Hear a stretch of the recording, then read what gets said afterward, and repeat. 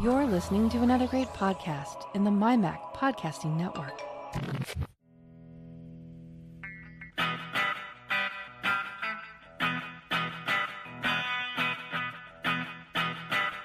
Hello and welcome to another edition of the show where we take a wander around the week in Apple, Apple News, reviews, technology, associated products, and all sorts of other things that catch our eye. This is another episode of the Essential Apple Podcast. Hello again, and welcome to this second part of my chat with John Chidgey.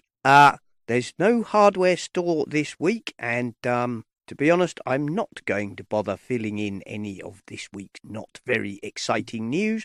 I'm going to go straight over to John, and we will carry on where we left off. So, a slightly shorter show than usual, but I hope you enjoy it anyway. Until next time, see you soon. This week, joining me to talk about what Apple news there isn't is John Chidgey, bubble sort stalwart and head of the Engineered Network. Welcome, John. Oh, thank you. Thank you for having me. It's always nice to come on a podcast that I've actually listened to for quite a while. So thank you. Thank you for coming on. Would you like to tell the listeners a little bit about some of the other podcasts that you are involved with, John? Okay. Well, you mentioned the first one. So I am one of the three members of Bubble Sort, the original Bubble Sort. There's a sort of a splitter off series of the TV shows, which has a whole bunch of other people on them as well. But the one that started it all was myself, Vic Hudson, and CW Daily, and that's been going now for a couple of years, and it's just a fun thing we do periodically. It's certainly not weekly. Every 2 to 4 weeks, depending upon when we can find the time. Just a bit of fun, really. So that's Bubble Sort, but longer than that, I've been also. I started out I'm most well known for Pragmatic, which has been going since 2013. And a few years ago, 2 or 3 years ago, I started a very small podcast network called the Engineered Network. And so I continued to do Pragmatic. I also started another podcast which turned out to be quite popular called Causality, that looks into the cause and effect of disasters and incidents in history and looking for things that we could learn so that we can prevent them. And it's got a very much an engineering bent, as you'd expect. From the top of the name of the network, and there's a couple other ones on there as well. So yeah, I've been podcasting a while, and it's a bit of fun. So yeah, I enjoy doing it. Excellent. Well, Microsoft has bad news for Windows 10 haters. This is a clickbaity headline by Forbes. Oh, hang on, I should do my thing, shouldn't I? I should do the clickbait alert. There we go. And as usual, the headline is not really what the story's about. It's Windows 7 is end of life as of January 2020. And if you are, adamant that you must continue to use Windows 7, which is to some extent something Guy and I were talking about, saying we understand why, in enterprise situations, these OSs often, enterprises don't move on to the latest OS until the OS they're on is actually end of life, and possibly the OS that they move to is effectively already being replaced by a newer version. Effectively, they run at least one step behind. I kind of can understand that, but also if you insist on staying on Windows 7 as a corporate identity and you wish to retain security support, i.e. patches, it's going to cost you $200 US per seat, per year, which I guess is nice money for Microsoft if there are people who refuse to give up Windows 7, and a big incentive to companies with a lot of Windows 7 PCs to get out of the past. Yeah. Do you have anything really to add to that? I would add one point, and just one, and that is we actually do have some machines at work that are still running Windows 7. I am ashamed to say. and they've been flagged to be upgraded for, well, not just this reason, but it's a very good reason to do it. There's other reasons as well, like there's other vulnerabilities that are more difficult or will become more difficult to manage in future. So yeah, we're acutely aware of this, and we're going to get on that any day now. It's happening. Well, interestingly, in this article, as they point out, Windows 10 has a 44.1% share of the overall operating system market in April. I guess that was 2018. Maybe it's not. They're not clear. But Windows 7 still accounts for 36.43%. That's a lot. Yeah, and that has barely fallen since December last year. Okay, so that April was this April then, April 2019. The figure has barely moved from 36.9% December last year. That's an awful lot of people on Windows 7. And I'm guessing that is nearly all corporate. I would assume. Yeah, I would say so. And the thing is, Windows 7 it was remember that was how you escaped Vista. So there were a lot of people saying, "God, just Vista was bad, big mistake. Go to Windows 7, everything will be fine now." Anyway, yeah, that is a lot of people though. It was interesting when we were talking about it. Obviously, we were talking about like Windows 8. I used Windows 8.1, and it was a perfectly good operating system. However, 8.0, which shipped with the tile interface by default, was like Vista, a massive PR disaster, and people then refused to go to Windows 8. Even though 8.1 was a perfectly good operating system. There we are. That's an awful lot of people who are going to be on what is a no longer security supported system, I have to say. There we are. Adobe CC is removing the ability to download older versions of Photoshop and Lightroom, apparently, and possibly other apps, I would guess, because, for example, until recently, if you went into your Adobe Creative Cloud, applications, it would say, for example, Adobe Illustrator current version CC 2019, and you could click on other versions, and several older versions would be available to download and install instead. So you could download and install 2018, 2017, 2016, whatever. I don't know how many back they went. Now, apparently, it's going to be limited to only the last two versions. So, I don't know what to say about that. I mean, they're transitioning everything across to their to the Creative Cloud model, and everything's a subscription, isn't it? It is, and to some extent, I guess, if you're on a subscription, why would you would almost certainly say, why would you want to be running an older version? I mean, obviously at work we have Adobe Creative Cloud, and I run Photoshop 2019, Adobe Illustrator 2019, but weirdly we are still using InDesign 2017. And the reason for that is that there are a variety of Macs of different vintages across our studio, and the one application which several people need to be able to access on a variety of different machines is InDesign. Because with Photoshop, you open a document, you edit it, you save it either as a PSD or a JPEG or whatever, and that can be opened in another person. If they're using a different version of Photoshop, that doesn't prevent them from opening it. And the same with Adobe Illustrator. You open a document or create a document and edit it and save it, and you can save it as an EPS or a PDF or whatever. And thus you can go to an older version of Illustrator and you can still open that. However, with InDesign, you have to work on the InDesign document. And the truth is, some of the machines used by some of the people in our studio are now, getting a bit long in the tooth, and they would struggle to run Adobe InDesign 2019. So that's where we're kind of locked to the lowest common denominator on that one.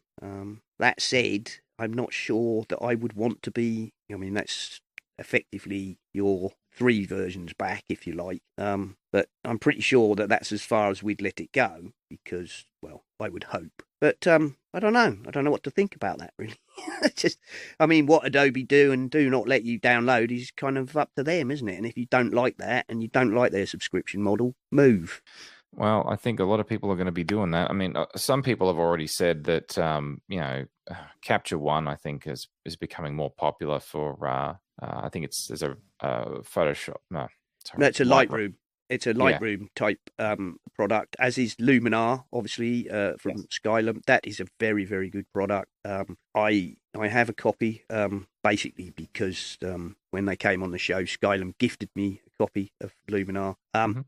I'm not a photographer. I barely take any photographs. However, Luminar is a really, really good Lightroom replacement. It's still not perfect. They're, various things they're adding, but it has digital asset management now. They haven't yet done the Lightroom library migration tool, I don't think, which is something they'd promised. But it's a fabulous tool, and even if you're a total non-photographer klutz like me, it has this wonderful slider system where you can just sort of go, ooh, and a million presets with kind of image, quote unquote, AI, where you can throw an image at it and go, make that better for me, and it does it. And that's a great option. I think, again, Adobe may be falling into the, too far into their ivory tower. I don't think they're aware of how much they are upsetting a lot of people. And I think they're at risk of falling into the Quark Express trap. For people who are not in my field, Quark Express was a desktop publishing program, and it was king of the hill. They captured the industry by coming along with a desktop publishing package, which also supported important pre-press features like CMYK separation. And at that point, Quark Express captured the newspapers, the magazines, the publishers, the print world, and they thought they'd got it made. Everybody was using Quark Express. You could, in my trade at one point, do you have Quark Express experience? If the answer was no, you wouldn't get a job. But they became, like many monopolistic positions, they felt that they had it all and they could do what they like. And they got fat and lazy and, to be honest, started treating their users like... And that's how Adobe stole their crown, because they already had Photoshop and they had Illustrator, and they had PageMaker, which they'd bought from Aldous. But with PageMaker, I'll be honest, a lovely product though it was, did not have the technical abilities that Quark had at the time. So Adobe then built a new product called InDesign from the ground up, using PageMaker as their pattern. In other words, they took the kind of whole PageMaker idiom, which I always preferred over Quark Express anyway, and made it into a modern desktop publisher, and with all the features that people like me were crying out for. And then they marketed it aggressively, cheaply, and would do packages which would be a design package, and that would get you InDesign and Illustrator and Photoshop, where, of course, all Quark could sell you was Quark Desktop Publishing. And they ate Quark's lunch. And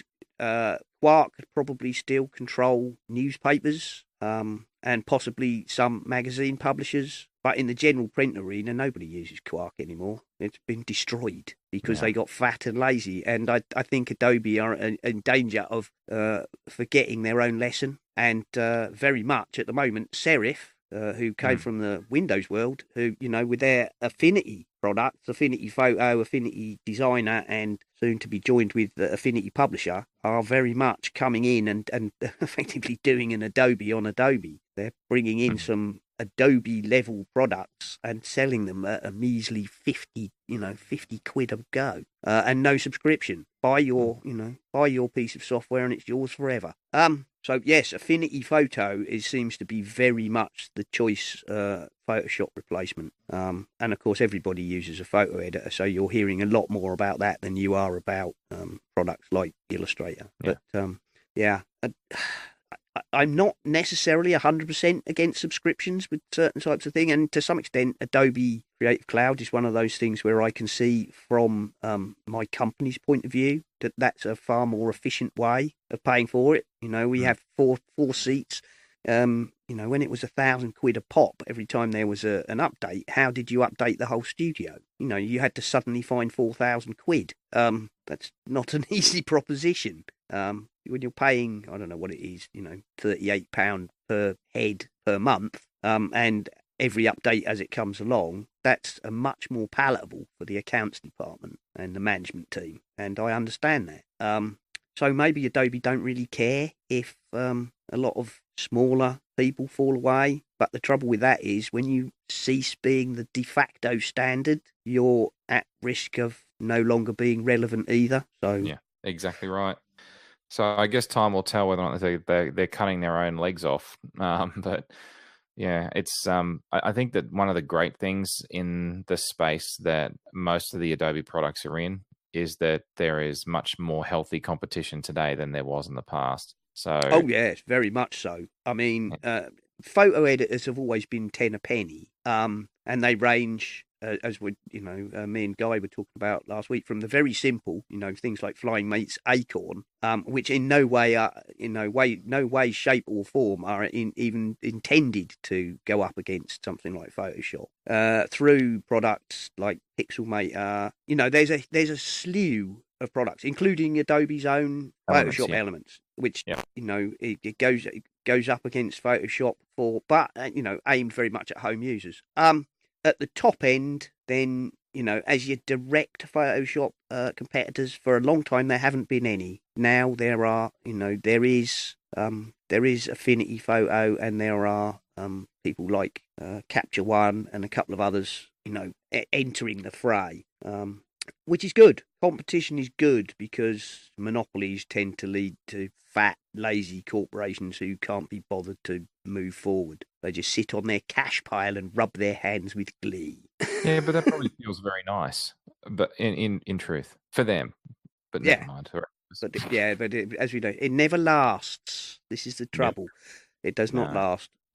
As we were talking about batteries and the like, there's a couple of stories here about graphene. And again, something that before the show you said you've been following, the history of graphene. A couple of weeks ago, we had a story about a sulfur-based magic material that somebody had kind of discovered by accident.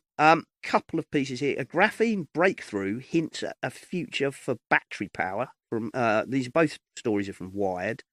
One is an article about using graphene to make supercapacitors, which I didn't know what that was, but a supercapacitor is, well, we know what a capacitor does. It stores electricity to some, for a short term at least. Graphene supercapacitors apparently can be charged up with electricity, and as they described it, in the same way as you might stick a static charge to a balloon, and then it can be used to, run like a battery. The downside is that apparently these, they discharge themselves within hours, not days, if left, and they don't have massive capacities in and of themselves at the moment. However, in this article, they're saying a breakthrough hints at the possibility of making graphene part of even the structure of, for example, vehicles, where so that in effect the whole chassis and body of your car would become a battery.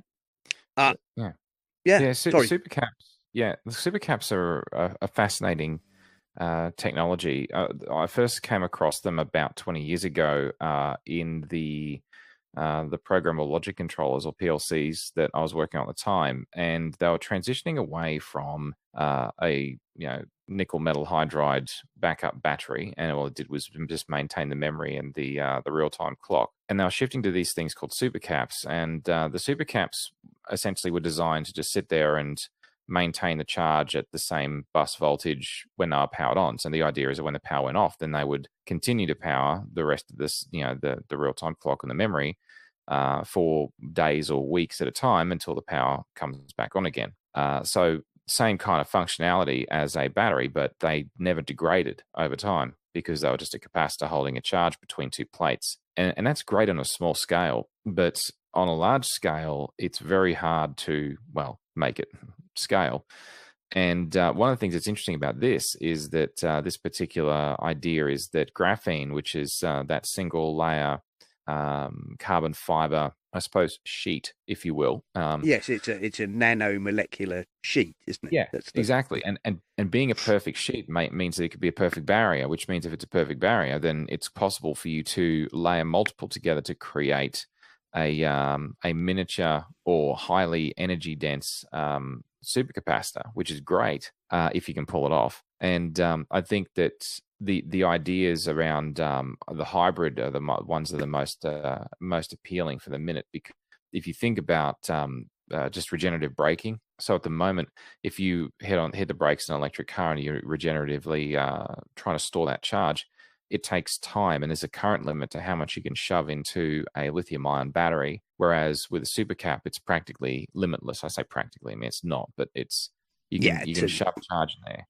much faster. So anyway, the idea is if you put them in there as a hybrid, it can buffer between your regenerative braking as well as the converse. You can then use that stored charge to accelerate again, and some kind of a hybrid solution is probably what we'll start seeing more of in coming years and decades.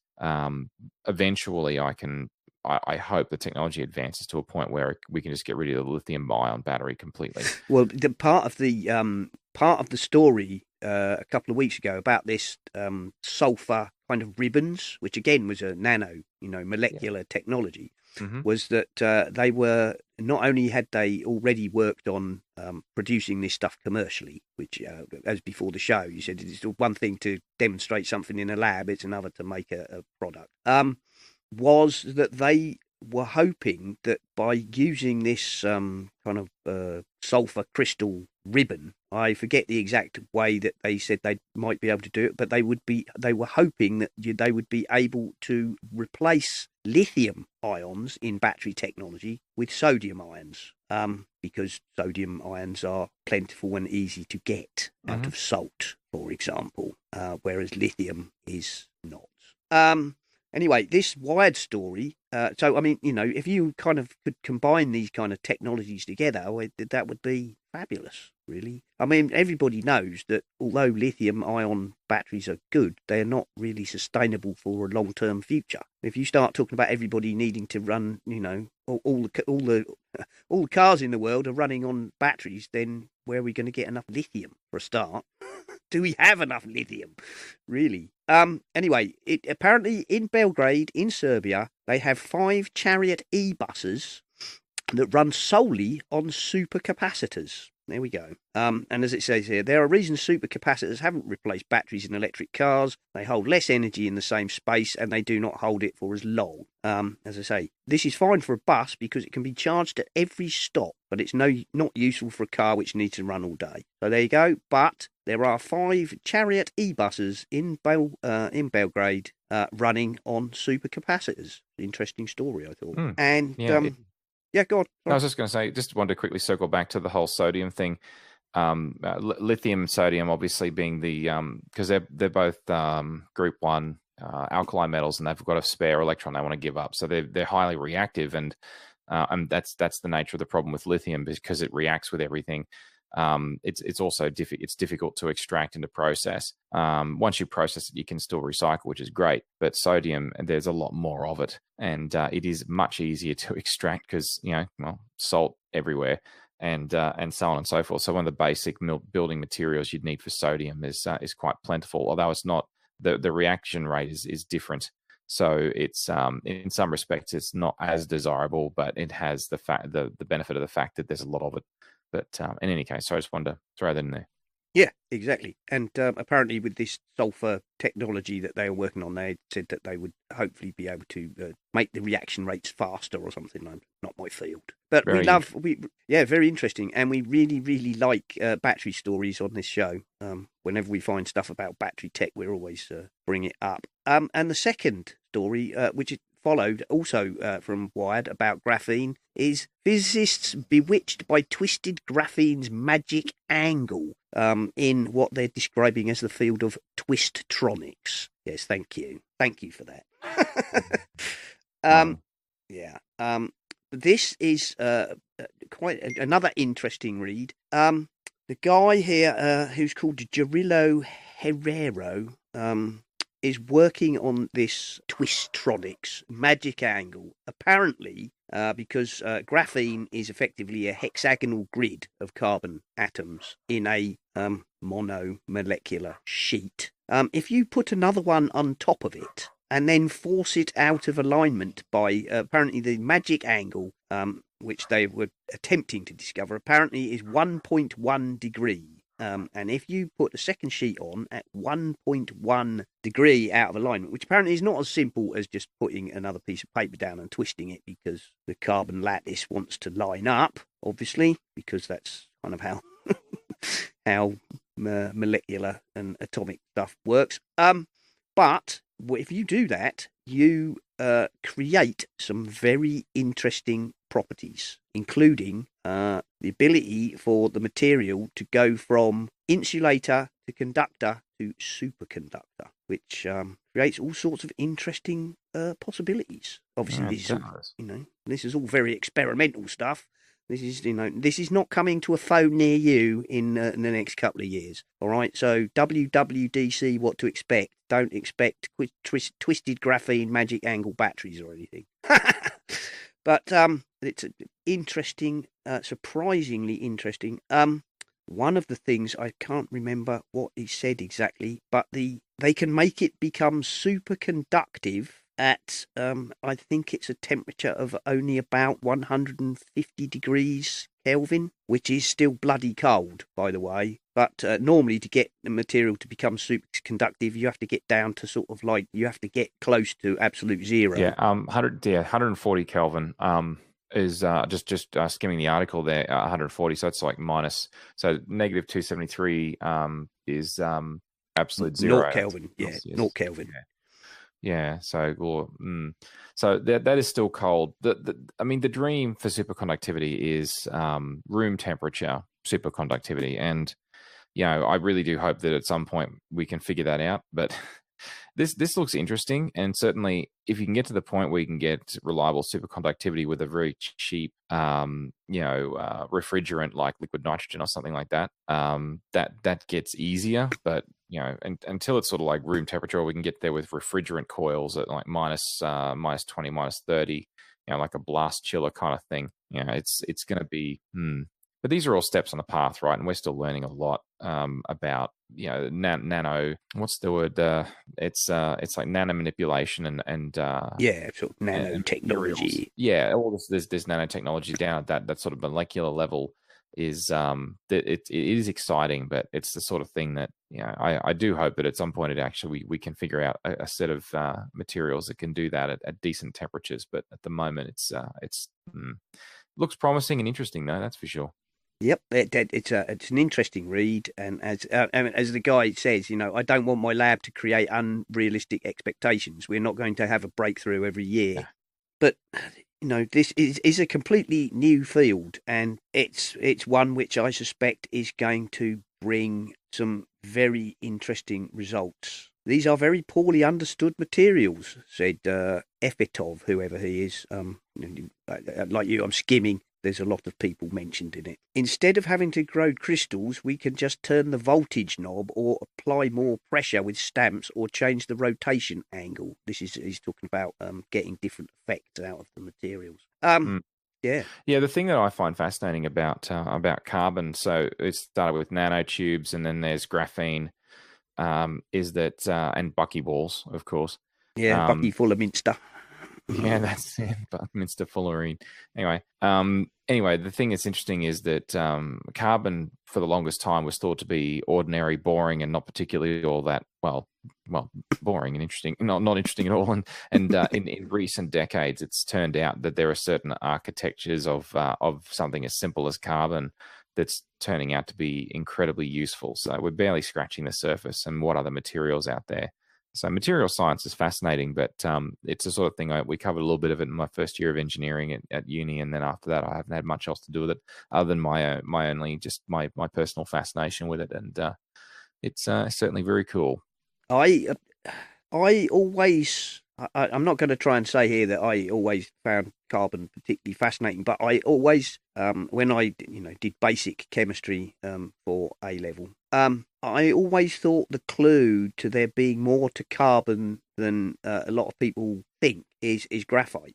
From which graphene is a kind of an extension, but the whole fact that effectively consists of layers of carbon atoms in a grid floated, on top of another one by a layer of electrons. And that in itself is a kind of clue to the fact that carbon is able to do some very interesting things at at an atomic level. So that was those two. I found both of those fascinating. Windows have Microsoft have introduced Windows command line tools for developers. And we have a comment here from Wayhan. Wait, what? The year of the Linux desktop is here. I'd never imagined it would look like this, which is because, of course, the new command line tools include a full Linux kernel for developers to do all sorts of interesting things with, which is above my pay grade, I'll be honest. Wow. Yeah, right. Just wow, because Microsoft has become very much Linux friendly. Certainly, I think since Satya, took control. Because in the Bulmer years, I believe they described Linux as a cancer, to be destroyed. There we go. I hadn't heard that, but I don't doubt it.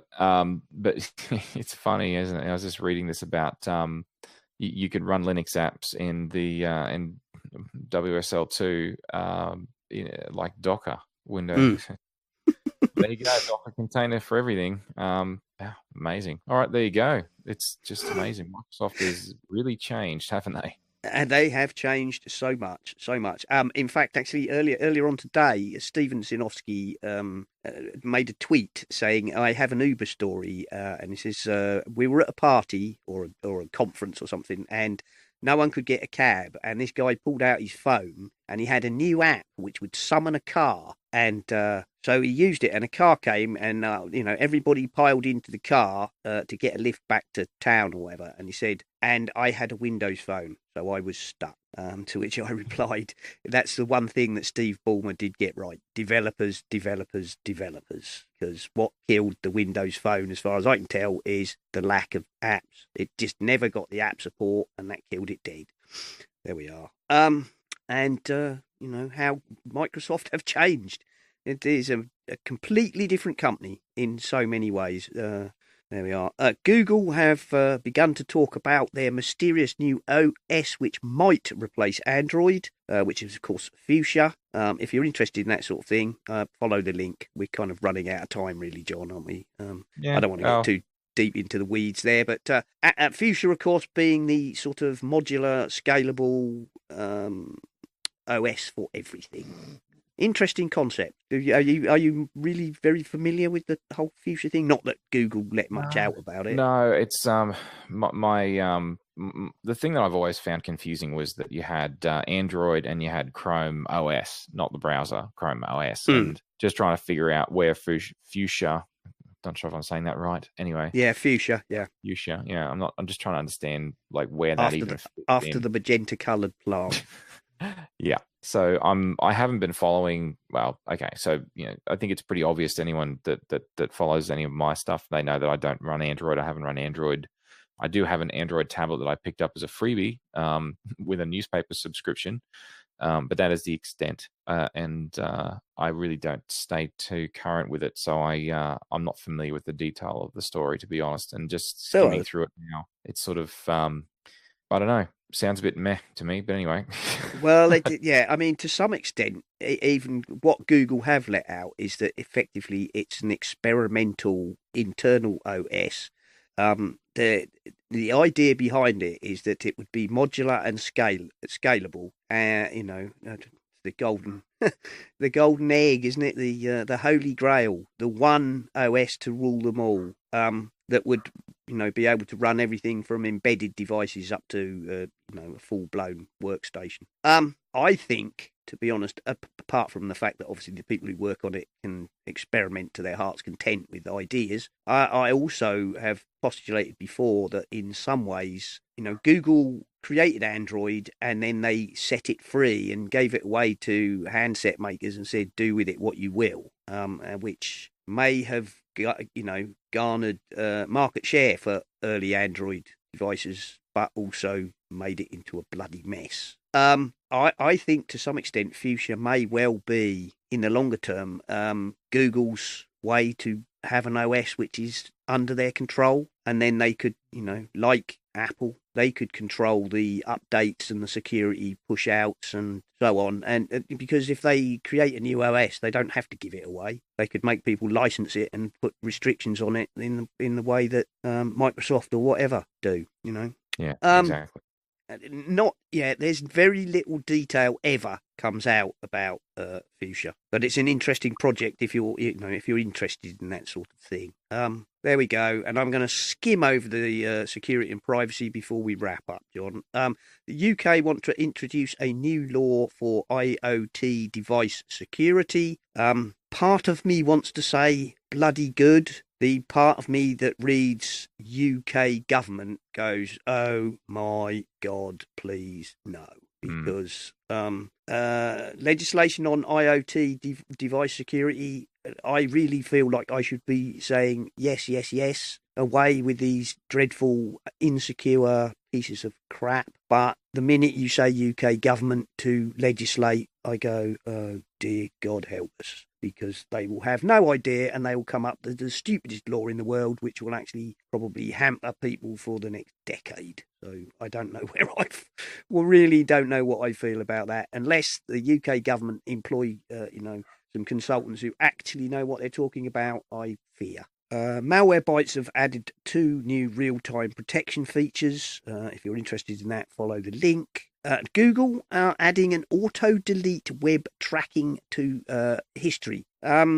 Effectively, Google are saying that they will only keep the data they collect about you for 3 months, I believe, before they throw it away. Whether or not that's a step forward or not is debatable, I suppose. Because let's face it, I don't know. I suppose it's better than them keeping everything they know about you forever. But I suppose it's a little bit less creepy. But marginally less. Marginally. I suppose it's something, isn't it? That's from the BBC News, and there are other stories about that because I think I've had that on the sheet for a week. Great, I suppose. I haven't looked into it enough to see what it really entails. Of course, a lot of these companies, Facebook, Google, whatever, are throwing up or throwing out security and privacy crumbs at the minute. Many of which I suspect are what can we say we're doing which looks good and will help keep legislators off our back, because I think they all know that the mire they've created is going to bring down regulation on their heads. And I think at the minute a lot of what they're doing is PR, I'll be honest. Yeah. And the other thing that's interesting about this is that they say that the minimum period is keep for 3 months and then delete automatically. Where's my option to don't keep any ever? Precisely. Like keep inside, because in terms of relevance of that search history, if you're Google and you're selling this to other people, then in the most useful period you're going to be selling it's going to be in those first few months that you've got it, because it's current and relevant. Yeah, I mean, what advertiser wants to know what you were Googling 2 years ago? Exactly. Yeah. So I mean, they want to know that you searched about refrigerators this morning because your refrigerator's broken down. So then Amazon or whoever can send you a targeted annoyance campaign. Yeah, dude, need a new refrigerator. Refrigerator. Anyway, it just seems like one of those token gestures that really exactly. Doesn't That's what I'm saying. It looks good, but in the end, what I thought was great. So they're only going to keep data on me for 3 months. Well, that's something, I suppose. But like you, I immediately thought, but in reality, do that people they are selling to really give a monkeys about what I was Googling last year? They don't. This one amused me. I put this in partly because of the SARC in the headline. Sinister secret backdoor found in networking gear, perfect for government espionage. The Chinese are... Oh, no, wait, sorry, it's Cisco.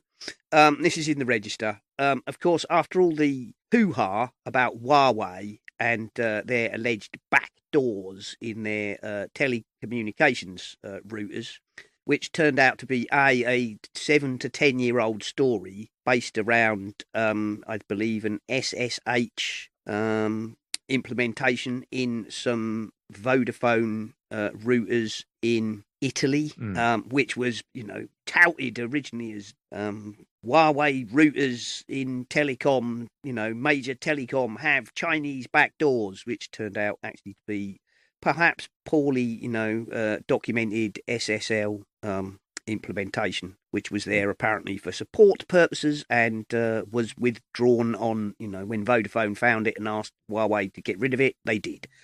So actually that was a bit of a non-story, except, of course, shouting Huawei has Chinese backdoors makes more headlines. Of course, subsequent to that, it turned out that actually Cisco's record on security and backdoors and vulnerabilities in their telecommunications equipment is far from spotless. Let's just put it that way. If you want to read about it, you can follow the link to the register and have a little bit of a laugh at their snark. Well, just on this one, oddly enough, it's interesting that this story was in the list that to talk about just briefly, because this one actually came across my table at work, because we get notifications as well of vulnerabilities and anything that's got Cisco on it. Obviously, got to have a look at that. And we are currently evaluating a series of Core Nexus switches, 9000 series, for a set of applications in our network. They haven't gone online yet, so we weren't impacted by this one. But guess what we'll be patching before they go online? Anyway. Yeah. What I found most surprising when I started to look into that story was that for all this, anti-Chinese braggadocio, I suppose, that seems to be going on at the moment, Cisco, one of the biggest US telecommunications gear makers, has a pretty bloody poor record when it comes to security vulnerabilities. That's it. You don't need the Chinese hackers to hack into stuff, right? And Chinese, is because Cisco doing a good enough job of leaving in open doors for everybody. Yeah. Anyway, There we are. It's all good stuff, isn't it? All good stuff. Well, John, I'm not quite sure how much we've recorded because we were talking for a while before we started the show, but I think we've covered enough stories. Oh, go on. I've had this one on the board for some time, so I suppose I should chuck it in. Just a snippet. Etch-a-Snap camera puts a modern spin on a toy from the 1950s. This is about a week or so old, this story. It was on Digital Trends. Can't draw on an Etch-a-Sketch? Snap a photo with the Etch-a-Snap and the camera will draw out the scene for you. This is based on a Raspberry Pi, and basically you take a photograph. No, I don't want a cookie, thank you. You take a photograph, and over the course of, I think, about 45 minutes or something, a 240 by 144 pixel drawing is created. It takes 15 minutes to an hour to develop the image, depending on how elaborate the lines are needed to recreate the photograph. Wow. It's one of those because we could. Just yet another thing you can do with a Raspberry Pi. That's great. Oh God, man, that's. It really is one of those. You Some did people what? have too much time on their hands. Yeah, that was my thought. Like, do you really have nothing better to think of? But cool nonetheless. Very cool. Very adorable. In a sort of geeky, nerdy. Mm-hmm. Why did you climb up the mountain? Because it was bloody well there. There we are. I've had that one on the board and not got around to it. So, John, this is the bit where we do the wrap up. So where we wrap up is where you get to plug your various endeavours online or other ways, and awesome. Take it away, John. Plug yourself. All right, cool. We did talk about this a little earlier before, but I do have a small network of shows that I produce, and one of them is Pragmatic, the other is Causality and Analytical. Other show network is also there is Nutrium. You can find all of that at engineered.network. And I'm also one of the 3 hosts of BubbleSort, and that's at bubblesort.show. And you can find it there, along with the BubbleSort TV stuff that Vic and friends are working on as well. If you want to get in touch with me, you can get in touch with me on the Fediverse, which is what I like to call it. I don't like to call it Mastodon anymore, because Mastodon is just one of the activity pub applications that are out there. There's also Pleroma and Misskey, and there's a few other different ones as well. So they just refer to it all as the Fediverse. So if you want to get in touch with me, the best way is on the Fediverse, and that's at chidgey@engineered.space, and you just type that in and search in any Mastodon instance, any Pleroma or Misskey instance, and you'll find me there. Okay, right. And you are, of course, on Twitter. I am on Twitter occasionally. If you do @mention me, I will always respond to you for sure. And you can also direct message me as well, and that's fine too. I do duck in and out of Twitter from time to time. Very good. Okay. Well, I am, of course, on the Twitters as @Serenak, and that's SERENAK. The show occasionally tweets as @EssentialApple. You can find all of our stuff over at essentialapple.com. So that's about it. Thank you for coming on the show, John. Well, thanks for inviting me. That's fine. This is also where I thank all the Slackers for all the stories they put in the Slack room. This is where I thank the people who support us, whether by Patreon or Pinecast Tips Jar or otherwise. And that's about it for this week. We will finish with John Nemo and his hardware store, and John Chidgey and I will say goodbye. So, goodbye. Goodbye. You've been listening to the Essential Apple podcast, and I'd like to say if you enjoy the show and would like to support us, feel free to go over to the website essentialapple.com, and you will find links to both Patreon and the Pinecast Tips Jar, where you can make a donation towards the costs of the show, or even if you're really keen, you could set up a recurring payment. And thank you very, very much to all the people who already do support us. We really do appreciate you very much indeed.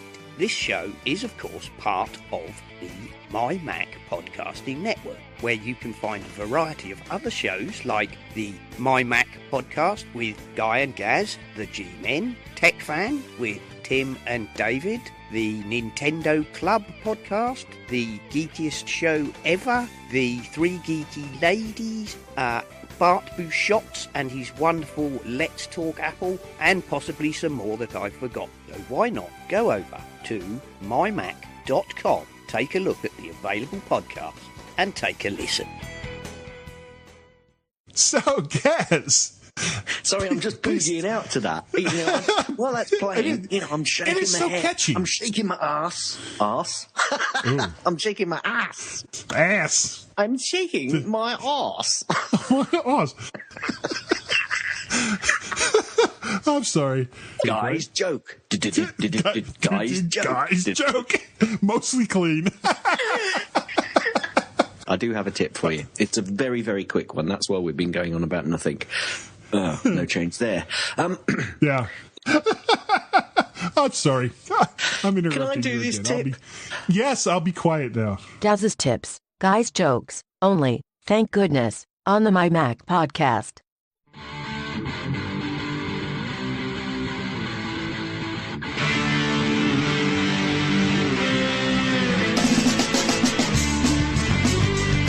This has been the Essential Apple Podcast. Goodbye and thank you for listening.